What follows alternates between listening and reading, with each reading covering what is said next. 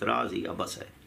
تو یہ اس ضمن میں آخری سوال رہ جاتا ہے کہ روایات میں ہے کہ جناب سیدہ سلام اللہ علیہ سے گواہ طلب کیے گئے، روایات میں آتا ہے نا، تو کیا بغیر گواہوں کے فیصلہ کیا جا سکتا تھا یا شریعت میں اس کی کوئی گنجائش نہیں ہے؟ اب دیکھیں جی، میں حیران ہوں کہ بی بی سے گواہ تو طلب کیے گئے۔ یہ میرے سامنے فتوح البلدان ہے، یہ فتوح البلدان ہے، میں آپ کو بتاتا ہوں، میرا خیال ہے وہ صفحہ اس کا، یہ انہوں نے عنوان ہی باندھا ہے فدق۔ اچھا، اور یہ عنوان ہی باندھا ہے فدق، اس میں، اور اس کی سند بھی ٹھیک ہے کہ قالت فاطمہ تو لے ابی بکرن انا رسول اللہ صلی اللہ علیہ وسلم جعل لی فدق فاعطنی ایہا۔ سیدہ فاطمہ زہرا نے حضرت ابو بکر سے فرمایا کہ رسول اللہ صلی اللہ علیہ وسلم نے مجھے فدق عطا کر دیا ہے اور مجھے دے دو۔ وشاہد لہا علی بن ابی طالب، مولا علی نے بھی گواہی دی۔ فسألہا شاہدا آخر، اس نے سوال کیا جی کہ دوسرا گواہ لاؤ، یعنی جب مولا علی نے گواہی دی ان کو اطمینان نہیں ہوا، مولا علی کی گواہی سے بھی ان کو اطمینان نہیں ہوا، تو کہتے ہیں کہ دوسرا گواہ لاؤ۔ فشاہدت لہا ام ایمن، جناب ام ایمن رضی اللہ تعالی بھی گواہی دی کہ فدق نبی اکرم فاطمہ زہرا کو دے گئے تھے۔ حضرت علی علیہ السلام نے بھی گواہی دی جی۔ فقالا قد علمت یا بنت رسول اللہ، اے رسول کی بیٹی آپ کو معلوم ہے کہ انہ لا تجوز الا شہادت رجلین او رجل و امراتین، اے رسول کی بیٹی آپ جانتی ہیں کہ یہ جائز نہیں ہے مگر دو مرد گواہی دیں یا ایک مرد اور دو خواتین گواہی، یہ یعنی نصاب جو ہے گواہ کی، یعنی گواہیوں کا جو ہے یہ ہونے چاہیے، یعنی ایک مرد اور دو عورتیں، یا دو مرد ہونے چاہیے۔ اب یہ دیکھیں گواہی کا جو مسئلہ ہے اس میں بھی ہے، صحیح سند کے ساتھ ہے، اور بھی مقام پہ ہے، یعنی انہوں نے لکھا ہے فتوح البلدان، اور اس کے بعد انصاب الاشراف میں بھی ہے یہ بات، یہ میرے سامنے ہے، میں آپ کو بتاؤں، جلد نمبر 10 ہے جی، اور اس میں بھی ہے کہ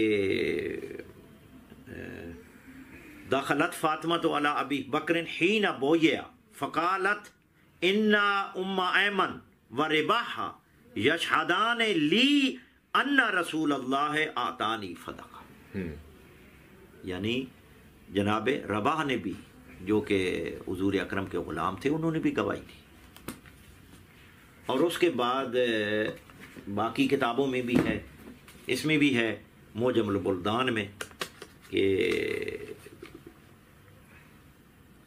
مولا علی نے بھی کہا جعلہا فی حیات ہی لے فاطمہ تھا، سیدہ فاطمہ زہرا کی زندگی میں حضور یعنی ان کو فدق دے گئے تھے۔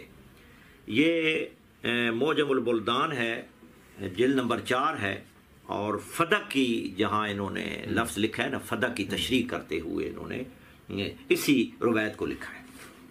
وقان لما قبض رسول اللہ صلی اللہ علیہ وسلم قالت فاطمہ رضی اللہ عنہا لے ابی بکر رضی اللہ عنہ ان رسول اللہ صلی اللہ علیہ وسلم جعل لی فدقہ فآتنی ایہا، وہی روایت ہے.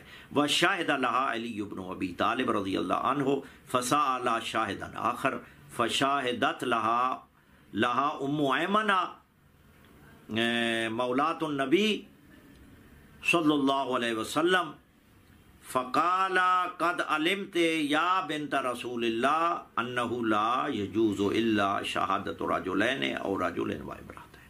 اچھا، اب یہ دیکھیں کہ پہلے تو یہ ہے کہ اگر قاضی یا حکمران یقین رکھتا ہے، ایک کوئی دعویٰ کرتا ہے اور اس کے دعوے پر یقین کرتا ہے، یعنی اس کو عادل سمجھتا ہے، تو گواہ کی ضرورت ہی نہیں، گواہوں کی ضرورت ہی نہیں. بغیر گواہ کے بھی ان کی اس کے دعوے کو یعنی قبول کر سکتا ہے. ٹھیک. اور حضور کا بھی ارشاد ہے، یعنی تواتر سے ثابت ہے کہ ایک گواہ اور قسم سے بھی فیصلہ کیا جا سکتا ہے. حضور نے خود کیا ہے. اب دیکھیں یہ میرے سامنے کتاب ہے نظم المتناصر من الحدیث المتواتر، علامہ قطانی کی. انہوں نے لکھا ہے انہ علیہ الصلاۃ والسلام قضا بالیمین مع الشاہد الواحد. اچھا، یعنی ایک گواہ اور ایک قسم سے حضور اکرم نے فیصلہ کیا ہے، کیونکہ قسم جو ہے وہ اس کا گواہ کا یعنی بدل ہے. ٹھیک. ایک قسم سے اور ایک گواہ سے بھی فیصلہ کیا جا سکتا ہے. ان کو چاہیے تھا کہ جب فاطمہ زہرا سلام اللہ علیہا تشریف لائی تھیں اپنا حق مانگنے کے لیے، ان کو پہلے تو یہ ہے کہ ان کو سیدہ فاطمہ زہرا کی بات پر یقین کر لینا چاہیے تھا. اگر گواہوں کا معاملہ آ گیا کہ گواہ یعنی مانگنے پڑے، تو حضور کی باقاعدہ یعنی حضور کا عمل موجود ہے، سنت ہے یہ کہ ایک گواہ اور ایک قسم، اس سے بھی فیصلہ ہو سکتا ہے. اور یہی بات قطف الازہار المتناصرہ فی الاخبار المتواترہ میں موجود ہے کہ حضور نے یعنی ایک گواہ اور قسم سے فیصلہ جو ہے وہ کیا. یہ باقاعدہ یعنی کتابوں میں موجود ہے. اس کے بعد حضرت ابو بکر نے، یہ بخاری میں ہے کہ بحرین سے جب مال آیا تو حضرت جابر ابن عبداللہ انصاری، یہ مشہور واقعہ ہے، رضی اللہ تعالی عنہ آئے. انہوں نے کہا جی کہ حضور نے مجھے کہا تھا، یعنی فرمایا تھا کہ اتنا مال تیرا ہے. جب یہ حضرت ابو بکر کے پاس گئے، یہ مشہور واقعہ ہے، بخاری میں ہے، باقی کتابوں میں بھی ہے، تو انہوں نے کوئی گواہ نہیں مانگے اور مال ان کو دے دیا. اچھا، یہ تو فاطمہ زہرا ہے، وہ تو ایک صحابی ہے، یعنی ان کے نازل ہوئی ہے، ان کی بات پر یقین کر لیا. اور سیدہ فاطمہ زہرا سلام اللہ علیہا بضع مصطفیٰ، آیت تطہیر کی مصداق بضع مصطفیٰ، وہ فرما رہی ہیں کہ بابا مجھے دے گئے ہیں. ان کو یقین نہیں آیا، گواہ مانگے، اور پھر گواہوں میں بھی جو انہوں نے فیصلہ کیا وہ حضور کا فیصلہ موجود ہے، وہ اس پر بھی انہوں نے عمل نہیں کیا. اور حضرت جابر ابن عبداللہ کی بات پر کیا ہے، ان کی بات پر یقین کر لیا اور ان کو مال دے دیا.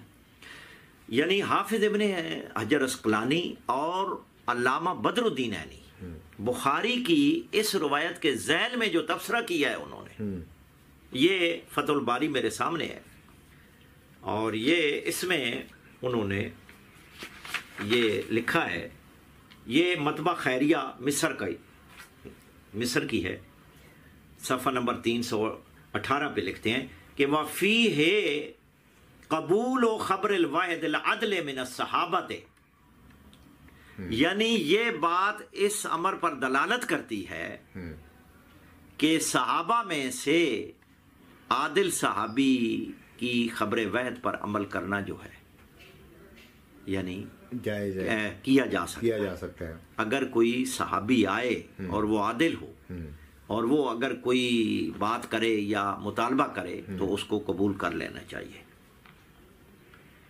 فیہ قبول خبر الواحد العدل من الصحابہ ولو جر ذالک نفعا لنفسہ، اگرچہ وہ اس خود یعنی اس کے اپنی ذات کے لیے ہی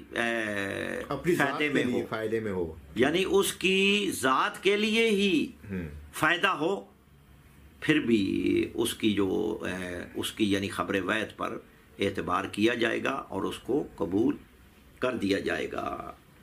لِأَنَّ أَبَا بَكْرٍ لَمْ يَلْتَمِسْ مِنْ جابر شاہداً علی صحت دعویٰ، اس کے دعویٰ کے صحیح ہونے کی بنا پر حضرت ابو بکر نے حضرت جابر بن عبداللہ سے کوئی گواہ یعنی گواہ نہیں مانگا، کیونکہ ان کا دعویٰ ان کو یقین تھا کہ یہ سچ بول رہے ہیں۔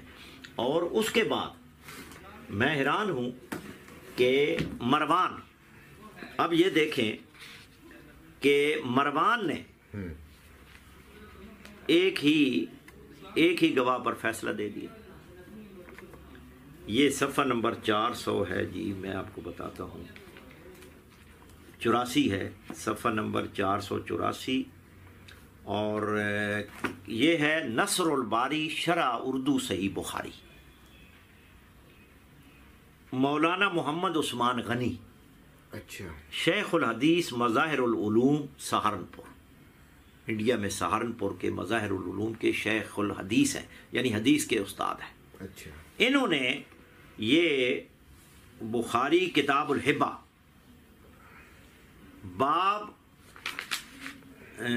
باب لا یحل لأحد ان یرجع فی ہبتہ و صدقتہ، یعنی اپنے ہبہ اور صدقہ میں رجوع کرنا کسی کے لیے درست نہیں ہے۔ اور اس کے بعد یہ حدیث نمبر جو ہے یعنی روایت نمبر جو ہے کہ اس میں یہ ہے جی کہ فقال مروان میں یشهد ذالک، تم میں سے کون اس کی یعنی گواہی دے گا۔ یہ پورا میں واقعہ آپ کو سناتا ہوں، انہوں نے جو لکھا ہے۔ حضرت صہیب رومی کی اولاد نے دعویٰ کیا کہ رسول اللہ نے حضرت صہیب کو 2 گھر اور ایک کوٹھڑی عطا فرمائی تھی۔ اچھا۔ تو مروان نے جو حاکم تھا کہا اس پر تمہارے لیے گواہی کون دے گا؟ قالو ابن عمر، ان لوگوں نے کہا ابن عمر، حضرت عبداللہ ابن عمر۔ پھر مروان نے ابن عمر کو بلایا، انہوں نے گواہی دی کہ بے شک رسول اللہ صلی اللہ علیہ وسلم نے صہیب کو 2 گھر اور ایک کوٹھڑی عطا فرمایا تھا، عطا فرمائے تھے۔ مروان نے حضرت ابن عمر کی گواہی پر ان کے حق میں فیصلہ کر دیا، ایک گواہ پہ فیصلہ، کسی نے ان پر جرح نہیں کی، کسی نے ان کو غلط نہیں کہا ہے جی۔ اور نیچے جو تبصرہ کرتے ہیں یعنی شیخ الحدیث سہارنپور مظاہر العلوم سہارنپور حضرت مولانا محمد عثمان غنی جو لکھتے ہیں، کہتے ہیں سوال، مروان نے صرف ایک گواہی پر فیصلہ کیسے کر دیا جبکہ 2 گواہ ضروری ہیں؟ جواب، مروان کون سا عادل حاکم ہے؟ اگر اس نے ایک گواہ اور اپنے اعتماد پر فیصلہ کر دیا کوئی تعجب کی بات نہیں۔ ممکن ہے، اب دیکھیں آگے، ممکن ہے کہ مروان نے ایک گواہی کے بعد مدعیوں سے ایک قسم لی ہو، ممکن ہے، یہ ممکن ہے۔ اب دیکھیں مروان کو بچانے کے لیے ہے جی، اور مروان کا مذہب ہو جیسا کہ امام شافعی رحمۃ اللہ علیہ وغیرہ کا مذہب ہے۔ اب دیکھیں ان کو بچا رہے ہیں کہ ممکن ہے کہ انہوں نے قسم لی ہو، یعنی یہ یہاں دلیل نہیں ہے، ذکر نہیں ہے، دلیل نہیں ہے، کوئی بھی نہیں ہے، بس ایک آئے حضرت عبداللہ ابن عمر آئے اور انہوں نے گواہی دی، انہوں نے کہا ٹھیک ہے۔